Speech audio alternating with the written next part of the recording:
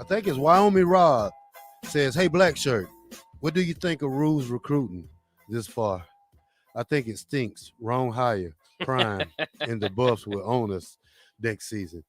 Like I really can't comment on it, but I am. So, I know he's kind of slow, and it's just he got to get back in the swing of things. He probably been out of college football about 3 years. Yeah. So he got his guys out, and I don't know. I thought the ball would be rolling in, would be just rolling with recruits coming in right now, or coming in with if I just thought if he was that kind of coach that we'll be getting more commits like we should. I mean, like we have been getting before he even signed here. Well, again, too, I think you have to if you're Matt Rule in these next couple days. And in the last couple of weeks, we're still waiting on the staff to be put together. That's what I'm a little bit concerned about because I don't understand the wait. Eventually, once we see the name, I'm sure it'll be a little bit more understandable. I mean, I get he could be still in college football. Maybe he's in the NFL, but like we said with the Casey Thompson decision, time is of the essence now. And I know Matt Rule, and he kind of warned us about this. I don't think he planned on getting off to a big start because he said in his introductory press conference, he's going to take his time. This program's not going to be built with one decision or the other. So he's going to kind of put this thing together how he sees fit. And again, I think that's, as he takes his time and makes his decisions, it's probably better for year 3 and year 4, but not necessarily for year 1. All that being said, it might be hard to just jump in again because he's been in the NFL, because he hasn't been recruiting kids. It's hard for him to just have relationship with these kids. I mean, he's either taking their visits. All of the assistant coaches are him as well. And they've got a huge weekend coming up. They've got a lot of Nebraska current commits coming in, and don't overlook that because I think he's got to kind of re-recruit those guys. They haven't decommitted, but that's going to be important. But to bring those guys in with guys that he's targeting, like Malachi Coleman, Tristan Alvano, the kicker, Elijah Judy, a defensive line transfer from Texas A&M, Cameron Limhart, a former Nebraska commit, and then today we found out a Johnny Cornelius, one of the top offensive linemen so far in the portal out of Rhode Island, a 6'5", 310-pound junior to be. All those guys are going to be on their official visits this weekend. So maybe we can expect some good news coming out of the weekend, and then we can a little bit put to bed the narrative of the slow start. I understand it. It is a bit nerve-wracking if you're a Nebraska fan, I suppose, because there's just not a whole lot of news. The news that has broke might be a little underwhelming as far as, obviously targeting speed, but getting a guy that doesn't have a whole lot of offers that could pay off down the line, though. Don't got to remember that because he's going to be recruiting speed. But don't look under the heralded kid. I'm just I understand the frustration because you like that in a mix of here's also this 4-star and here's this 3-star and here's this big portal get.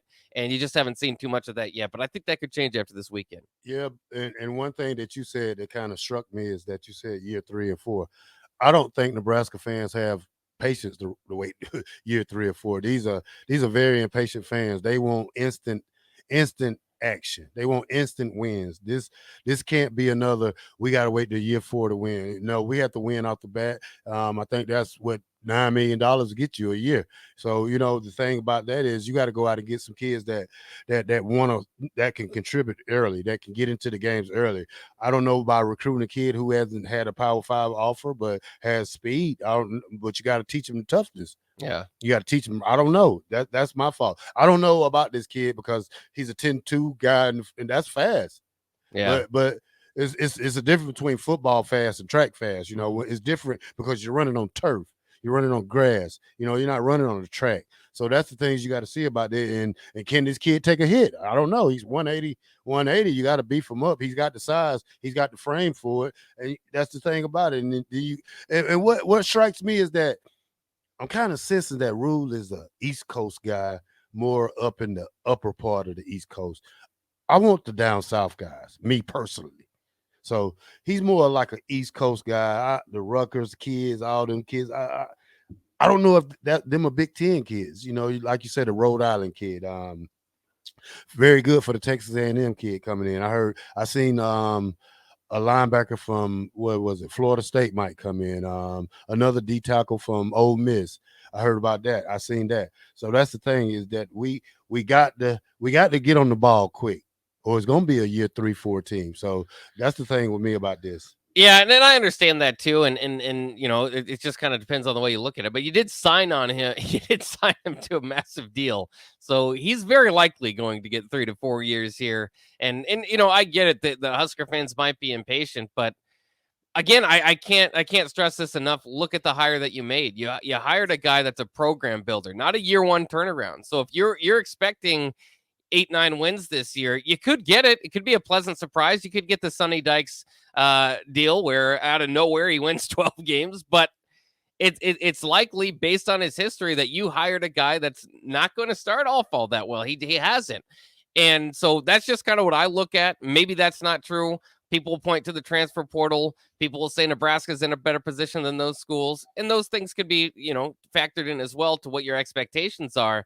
But I look at resume. And when I look at the resume of his year one, that's not pretty. And again, that's what when before Matt Rule was hired, that's when I kind of went, because that's a hard year to sit through. Now, hopefully Nebraska doesn't have to go through that. But I guess if you just compare, and somebody off the text line points this out, so shout out to was it Rob from Wyoming, I believe, who is pointing out that look at the comparison of what Prime is doing with his staff compared to Matt Rule. Matt Rule's kind of taking his time. Coach Prime, of course, Deion Sanders has his defensive coordinator he hired out of Alabama. He's got his offensive coordinator that he took from Kent State as the head coach. He took another active head coach and made him his offensive coordinator. I mean, he's putting together a staff. Some of that stuff can be, it looks Mike good. Zimmer. Yeah, Mike Zimmer very likely to join them. I mean, he's putting together an all-star staff, but you have to also keep in mind Miami did that last year. Miami didn't turn around, so none of this is guaranteed.